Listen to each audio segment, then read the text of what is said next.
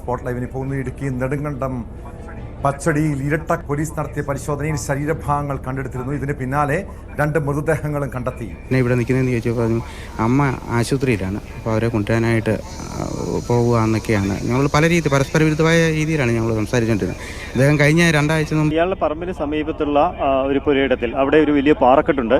ഈ പാറക്കെട്ടിനുള്ളിലായിരുന്നു ഇയാൾ ഉണ്ടായിരുന്നെന്നാണ് പോലീസ് പറയുന്നത്. ഇടുക്കി നെടുങ്കണ്ടത്തുണ്ടായ സംഭവം അമ്മയെയും സഹോദരനെയും മറ്റൊരു സഹോദരൻ തീർത്ത് കാണാനില്ല എന്ന് പറഞ്ഞൊരു പരാതി കൊടുക്കുകയും അതിനെ തുടർന്ന് പോലീസ് നടത്തിയ ഒരു അന്വേഷണത്തിൽ, അതായത് അവരുടെ വീടിന്റെ പരിസരത്ത് നടത്തിയ ഒരു അന്വേഷണത്തിനകത്ത് ശരീരഭാഗങ്ങളുടെ ചില അവശിഷ്ടങ്ങൾ അവിടുന്ന് ഇവിടുന്ന് നമുക്ക് കിട്ടാനിടയുണ്ടായി. എന്നാൽ മറ്റൊരു സഹോദരനായിട്ടുള്ള സജി സ്പോട്ടിലില്ല, ആൾ അവിടുന്ന് മുങ്ങുകയും ചെയ്തു. അപ്പോൾ പിന്നെ കറക്റ്റായിട്ട് നമുക്ക് പ്രതികാരത്തിലേക്ക് എത്താന്നുള്ളതിന് പിന്നെ വേറെ ബുദ്ധിമുട്ടൊന്നുമില്ലല്ലോ. അങ്ങനെ ഇന്നലെ മുതലാണ് ഇതൊരു സോഷ്യൽ മീഡിയയിൽ ഒരു ചർച്ചയായിട്ട് വന്നത്. എന്നാൽ ഇതിനൊരു വ്യക്തമായ ധാരണ ഇല്ലാത്തത് കൊണ്ടും ഈ ആള് കുറ്റം സമ്മതിക്കുന്നതായിട്ടുള്ള ഒരു കാര്യം ഇല്ലാത്തത് കൊണ്ടാണ് സത്യം പറഞ്ഞാൽ ഞാൻ ആളുടെ ഒരു ഫോട്ടോ കൂടെ എടുത്ത് വെച്ചിട്ട് ഒരു വീഡിയോ ആയിട്ട് ഇടാതിരുന്നത്.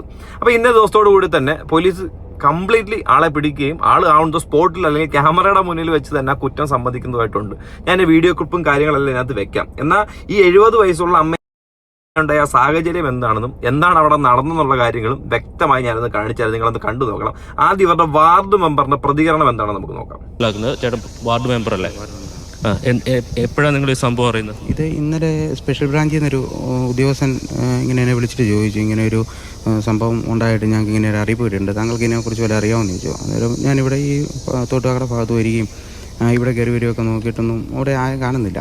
അപ്പോൾ വേറെ പോലീസുകാരൻ രാവിലെ വന്ന് ഇവിടെ വന്ന് അന്വേഷിച്ചായിരുന്നു ഇദ്ദേഹം എവിടെ പോയതാണെന്ന് അറിയാനായിട്ട്. ഈ വീട്ടിലുള്ള ആളുകളിൽ എവിടെ പോയെന്ന് അറിയാനായിട്ട് ഒരു പോലീസുകാരനോട് പറയുകയും ഈ മെസ്സേജ് അനുസരിച്ച് അവരിവിടെ വന്ന് അന്വേഷിക്കുകയും ചെയ്തു. അന്നേരം ഇവിടെ ആരെയും കാണാനൊന്നും ഇല്ല. പിന്നെ ഇവിടെ ഒരു ഒരു ഉദ്യോഗസ്ഥൻ ഇവിടെ വന്നിട്ട് ഇദ്ദേഹത്തെ അന്വേഷിച്ച് ഇവിടെ വന്നു കഴിഞ്ഞപ്പോഴാണ് ഇദ്ദേഹം അവിടെ ഒരു മരത്തിൻ്റെ മറവിൽ ഇങ്ങനെ ഒരു തോളൊരു ബാഗൊക്കെ ഇട്ട് നിൽക്കുന്നതായിട്ട് കണ്ടു. അദ്ദേഹം പിന്നെ എന്നെ ഇവിടെ നിൽക്കുന്നതെന്ന് ചോദിച്ചപ്പോൾ പറഞ്ഞു അമ്മ ആശുപത്രിയിലാണ്, അപ്പോൾ അവരെ കൊണ്ടുവരാനായിട്ട് പോകുക എന്നൊക്കെയാണ്. ഞങ്ങൾ പരസ്പര വിരുദ്ധമായ രീതിയിലാണ് ഞങ്ങൾ സംസാരിച്ചുകൊണ്ടിരുന്നത്. അദ്ദേഹം കഴിഞ്ഞ 2 ആഴ്ച മുമ്പ് ഞങ്ങളോട് കല്യാണമാണ്, കഴിഞ്ഞ വ്യാഴാഴ്ച കല്യാണമാണെന്ന് പറഞ്ഞു. അദ്ദേഹത്തിൻ്റെ ഒരു ബന്ധു മരിച്ചു പോയത് കാരണം കല്യാണം മാറ്റി വെച്ചെന്ന് പറഞ്ഞു.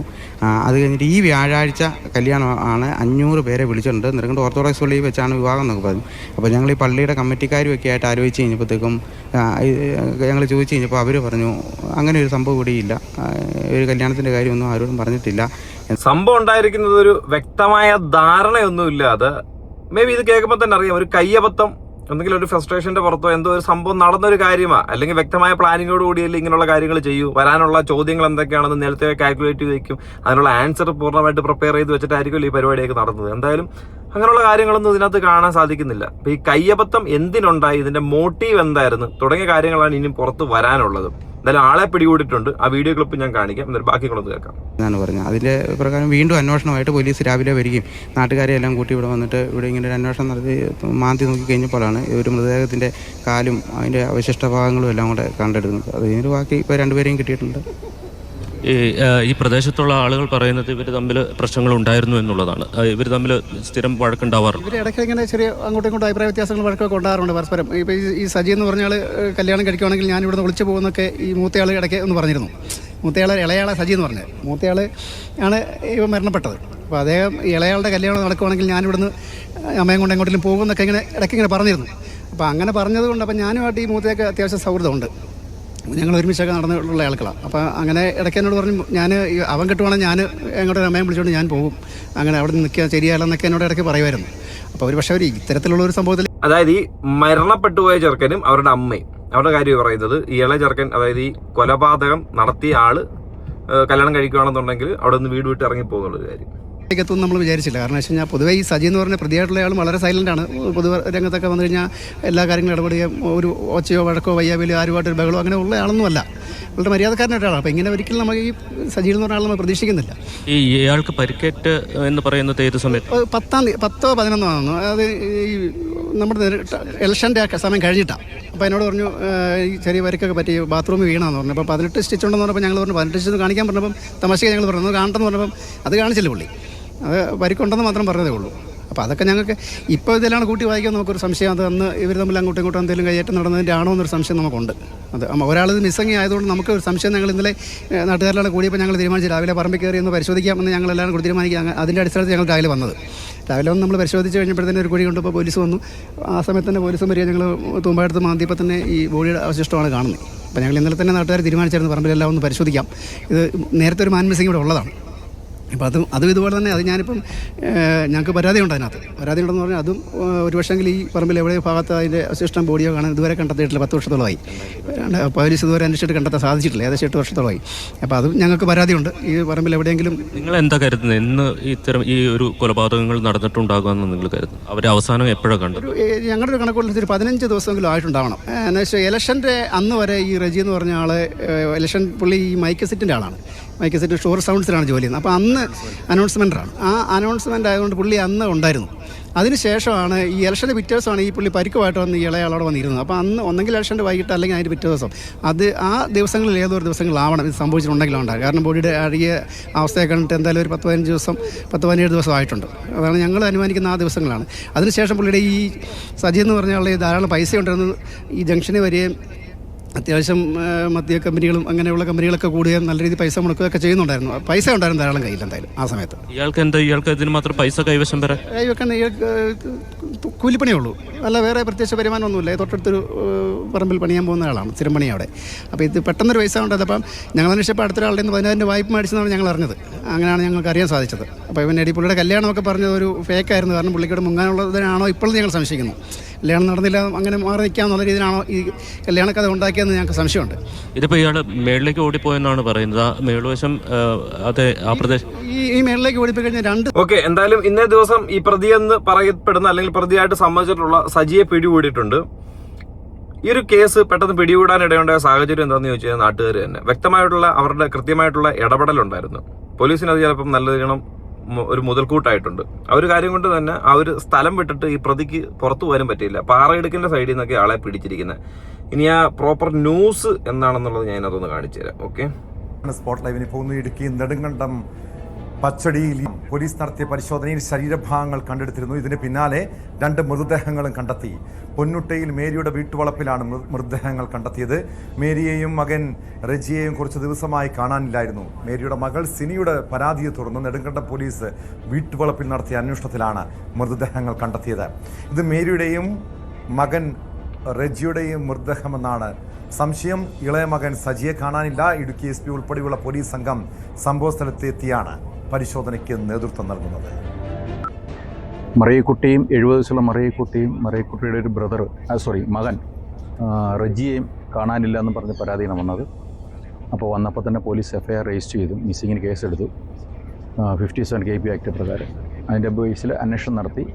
പക്ഷേ മനസ്സിലാകുന്ന കാര്യം ഇവരുടെ വേറൊരു മകനും കൊണ്ടുണ്ട്, സജി ഇന്നലെ വൈകുന്നേരം മുതൽ മിസ്സിംഗ് ആണ്. അപ്പോൾ ഇതിൽ നേരത്തെയും ഇവർ തമ്മിൽ പലപ്പോഴും വഴക്കുണ്ടാക്കുന്നുണ്ട് എന്നൊരു വിവരം നമുക്ക് കിട്ടിയിട്ടുണ്ട്. എപ്പോഴും അങ്ങോട്ടും വീട്ടിലെപ്പോഴും പ്രശ്നങ്ങളാണെന്നുള്ള വിവരം നമുക്ക് കിട്ടിയിട്ടുണ്ട്. അതിൻ്റെ ബേസിൽ നമ്മളിപ്പോൾ ഇവിടെ നിന്ന് അന്വേഷണം നടത്തിയപ്പോൾ സംശയകരമായ കുറേ സാഹചര്യം. ഓക്കെ, എന്തായാലും ഈ ഒരു അന്വേഷണത്തിന്റെ ഭാഗമായിട്ട് ആളെ പിടികൂടിയിട്ടുണ്ട്. ആ പിടികൂടിയ ദൃശ്യങ്ങൾ ഞാനൊന്ന് കാണിച്ചു തരാം. ഇയാളുടെ പറമ്പിന് സമീപത്തുള്ള ഒരു പുരയിടത്തിൽ അവിടെ ഒരു വലിയ പാറക്കെട്ടുണ്ട്. ഈ പാറക്കെട്ടിനുള്ളിലായിരുന്നു ഇയാൾ ഉണ്ടായിരുന്നെന്നാണ് പോലീസ് പറയുന്നത്. എന്തായാലും ഇയാളെ ഇന്നലെ തന്നെ പോലീസ് ആദ്യഘട്ടത്തിൽ തെരച്ചിൽ നടത്തിയിരുന്നു. പോലീസിന് ഇയാൾ പുറത്തേക്ക് പോകാൻ സാധ്യതയില്ല എന്നുള്ളൊരു നിഗമനം ഉണ്ടായിരുന്നു. അതുകൊണ്ട് തന്നെ ഇന്ന് വിശദമായ തെരച്ചിൽ നടത്താനായി ഡ്രോൺ എത്തിച്ചു, അതുപോലെ തന്നെ പോലീസിനായി എത്തിച്ചു. ഒപ്പം സമീപത്തുള്ള നാട്ടുകാരുടെ എല്ലാം സഹായം നേടി. അങ്ങനെ എല്ലാവരും കൂടി ചേർന്നിട്ടുള്ള ഒരു പ്രയത്നം. ആ പ്രയത്നം നടത്തുന്നതിനിടെയാണ് മറുഭാഗത്തുകൂടി ഇയാൾ താഴേക്ക് തോട്ടുവാക്കൾ എന്ന് പറഞ്ഞ ഭാഗത്തുള്ള കടയിലേക്ക് ഇറങ്ങി വരികയായിരുന്നു. ആ ഭാഗത്ത് വരുന്ന കണ്ട ഉടൻ തന്നെ നാട്ടുകാർ പോലീസിനെ വിവരം അറിയിച്ചു. സമീപത്തുണ്ടായിരുന്ന പോലീസ് സംഘവും ഇയാൾ ഇറങ്ങി വരുന്ന സംഭവം ഇയാൾക്ക് ഇങ്ങനെ ഒരു പരിപാടി ചെയ്തതിന് ശേഷം അതെങ്ങനെ ഒളിപ്പിക്കണമെന്ന് അറിയത്തില്ല, എങ്ങനെ മറവ് ചെയ്യണമെന്ന് അറിയത്തില്ല, അവിടെ നിന്ന് എങ്ങനെ എസ്കേപ്പ് ആവണമെന്ന് അറിയത്തില്ല. അല്ലെങ്കിൽ ഒരു വ്യക്തമായ പ്ലാനുള്ള ഒരാളായിരുന്നെങ്കിൽ ഈ കൊലപാതകം നടത്തിയിട്ട് ഈ ഒരു വീടിന്റെ മൂലയിലായിരിക്കത്തില്ല ഇരിക്കുന്നത്. അവിടുന്ന് മാറി എങ്ങോട്ടെങ്കിലും ദൂരോട്ട്, അതായത് ഇവരുടെ ഈ സ്ഥലം വരുന്നത് ഏകദേശം തമിഴ്നാട് ബോർഡറോട് കൂടിയാണ്. പെട്ടെന്ന് തമിഴ്നാട്ടിലേക്ക് കടക്കാനുള്ള സാധ്യതകളും വളരെ കൂടുതലാണ്. ഈ അന്വേഷണം എന്തായാലും ആ ഒരു സൈഡിലോട്ടൊക്കെ വ്യാപിച്ചിരിക്കുന്ന സമയത്ത് ആൾക്ക് അവിടോട്ട് പോലും പോകാനായിട്ട് തോന്നിക്കാതെ ഒരു പാറക്കെട്ടിനിടയിൽ ഇരിക്കുകയും ആ പാറക്കെട്ടിനിടയിൽ ഇരുന്നുകൊണ്ട് അതിലേക്കൂടെ ആൾ കയറിയപ്പോൾ തൊട്ടപ്പുറത്ത് പുഴയുടെ സൈഡിൽ കൂടെ കടയുടെ സൈഡിൽ കൂടെ ഇറങ്ങി പോകാനൊക്കെ ഇടയുണ്ടായ ആ ഒരു മനസ്സുണ്ടല്ലോ, അത് കണ്ടില്ലെന്ന് വെക്കാനായിട്ട് കഴിയത്തില്ല. ഭാഗത്തേക്ക് എത്തി. വന്ന സമയത്ത് നാട്ടുകാരോട് തനിക്ക് തെറ്റുപറ്റിയെന്ന് പറയുകയും താൻ കീഴടങ്ങുമെന്ന് പറയുകയും ചെയ്യുന്നുണ്ടായിരുന്നു. അതിനുശേഷം പോലീസ് സംഘം എത്തി ഇയാളെ ആ സമയത്ത് അവിടെ നിന്നും കസ്റ്റഡിയിലെടുക്കുകയായിരുന്നു. കസ്റ്റഡിയിലെടുത്ത ശേഷം വൈദ്യപരിശോധനയ്ക്ക് വിധേയനാക്കിയ ശേഷം നെടുങ്കണ്ടം, ഇപ്പോൾ നമ്മൾ നിൽക്കുന്ന നെടുങ്കണ്ടം പോലീസ് സ്റ്റേഷനാണ്. ഈ നെടുങ്കണ്ടം പോലീസ് സ്റ്റേഷൻ ഇപ്പോൾ ഇതിന്റെ ചോദ്യം ചെയ്യൽ നടന്നുകൊണ്ടിരിക്കുകയാണ്. കട്ടപ്പന ഡിവൈഎസ്പി VT ഷാജന്റെ നേതൃത്വത്തിലുള്ള പോലീസ് സംഘമാണ് ഇയാളെ വിശദമായി ചോദ്യം ചെയ്തുകൊണ്ടിരിക്കുന്നത്. പ്രധാനമായും ഈ 2 കൊലപാതകങ്ങൾ ഇയാൾ ചെയ്തെന്ന് സമ്മതിച്ചിട്ടുണ്ട്. ആദ്യത്തെ ചോദ്യം ചെയ്യലിൽ തന്നെ ഇയാൾ താനാണ് ചെയ്തതെന്ന് സമ്മതിച്ചിട്ടുണ്ട്. ഇനി എങ്ങനെയാണിത് ചെയ്തത്, മറ്റാരെങ്കിലും സഹായമുണ്ടായിരുന്നോ, കുഴിച്ചിട്ടാൻ ആരെങ്കിലും സഹായിച്ചിട്ടുണ്ടോ, ഇങ്ങനെയുള്ള കാര്യങ്ങളൊക്കെ വിശദമായി പോലീസ് ഇപ്പോൾ ചോദിച്ചുകൊണ്ടിരിക്കുകയാണ്. പിടികൂടുമ്പോൾ ഇയാൾ 2 ദിവസമായി ഭക്ഷണമൊന്നും കഴിച്ചിരുന്നില്ല. അതുകൊണ്ട് തന്നെ ക്ഷീണിതനായിരുന്നു, അവശനായിരുന്നു. അതുകൊണ്ട് തന്നെ ഭക്ഷണം വാങ്ങിച്ചു വൈദ്യപരിശോധനയ്ക്ക് ശേഷം ആവശ്യമായ ഭക്ഷണം നൽകിയിട്ടുണ്ട്. അതിനുശേഷമാണ് വിശദമായി പോലീസ് ഇപ്പോൾ ചോദ്യം ചെയ്തുകൊണ്ടിരിക്കുന്നത്. അതോടൊപ്പം തന്നെ 2018 ഇയാളുടെ അച്ഛനെ കാണാതായ സംഭവം അതേ സംബന്ധിച്ചുള്ള ചോദ്യങ്ങളും പോലീസ് ഇയാളോട് ചോദിക്കും. ഇയാളെ കണ്ടെത്തുന്നതിന് വേണ്ടി വളരെ വിപുലമായ തെരച്ചിലാണ് പോലീസ് നടത്തിയത്. അതോടൊപ്പം തന്നെ സമീപത്ത് അയൽ സംസ്ഥാനം, അതായത് തമിഴ്നാട്ടിലേക്ക് കടക്കാനുള്ള ഒരു സാധ്യതയും പോലീസ് പരിശോധിച്ചിരുന്നു. അതിന്റെ ഭാഗമായി ചെക്ക് പോസ്റ്റുകളിലൊക്കെ കൃത്യമായ നിരീക്ഷണം ഏർപ്പെടുത്തിയിരുന്നു. 4 ചെക്ക് പോസ്റ്റ്, ഇടുക്കിയിലെ 4 ചെക്ക് പോസ്റ്റുകളിലും കൃത്യമായ നിരീക്ഷണം ഏർപ്പെടുത്തിയിരുന്നു. ഒപ്പം തമിഴ്നാടിലെ പോലീസിന്റെയും ഇയാളുടെ ചിത്രങ്ങളും വിവരങ്ങളും എല്ലാം കൈമാറിയിരുന്നു. ഇതെല്ലാം നടത്തി ഇതിനിടെ പോലീസും നാട്ടുകാരുമുള്ള വലിയൊരു സംഘം ഈ തെരച്ചിൽ നടന്നു. ഡ്രോണൊക്കെ ഉപയോഗിച്ചുള്ള തെരച്ചിലിനിടയിലാണ് ഇയാളെ കണ്ടെത്താൻ കഴിഞ്ഞതും പിടി കൂടിയിട്ടുള്ളത്. അപ്പോൾ വിശദമായി ചോദ്യം ചെയ്യൽ നടന്നുകൊണ്ടിരിക്കുകയാണ്. ചോദ്യം ചെയ്യലിൽ നിന്നായിരിക്കും ഇനി ഇത്രയും വലിയൊരു തിരച്ചിലും കാര്യങ്ങളും നടന്നപ്പോഴത്തേക്കിന് വീടിന്റെ സൈഡിൽ തന്നെ ഇരുന്ന് എന്തായാലും ഇയാൾ ഇറങ്ങി വരാനുള്ള സാഹചര്യം എന്താണെന്ന് നമുക്ക് കാണുമ്പോൾ തന്നെ മനസ്സിലാക്കാം. സംഭവം ഒന്നാമത്തെ കാര്യം വിശപ്പായിരിക്കും. കഴിക്കാൻ ആഹാരമില്ലല്ലോ, ആഹാരം തീർന്നല്ലോ. അങ്ങനെ ഒരു വിശപ്പുണ്ടായതുകൊണ്ടായിരിക്കുമല്ലോ ഈ ഒരു അവസരത്തിൽ ഇറങ്ങി വന്നത്. തീർച്ചയായിട്ടും അത് തന്നെ, അങ്ങനെ ഒരു വിശപ്പുള്ളത് കൊണ്ടും അതുകൊണ്ട് തന്നെ പുറത്തോട്ട് ഇറങ്ങി വന്നിട്ട് ഇതിന് നിന്ന് കൊടുക്കാനിടയുണ്ടായ സാഹചര്യം. അപ്പം ഇന്നലെ ഈ ഒരു ന്യൂസിൻ്റെ അകത്തൊരു പ്രതിയെ പിടിക്കാത്തത് കൊണ്ടും ആൾ ഇറങ്ങി ഓടിയെന്ന് പറയുന്നതും ആൾ ഇറങ്ങി ഓടിയത് നാട്ടുകാർ കൃത്യമായിട്ട് കണ്ടിട്ടില്ല എന്ന് പറയുന്നതും ചിലർ കണ്ടെന്ന് പറയുന്നതും പോലീസും അത് കൃത്യമായിട്ട് കൺഫേം എടുക്കാത്തതുകൊണ്ട് ഞാനിതൊരു വീഡിയോ ആയിട്ട് എടുക്കാൻ, പക്ഷേ ഇന്നിതൊരു വീഡിയോ ആയിട്ട് എടുത്ത് കാണിക്കണമെന്ന് തോന്നി. അപ്പം ശരി എന്നാൽ.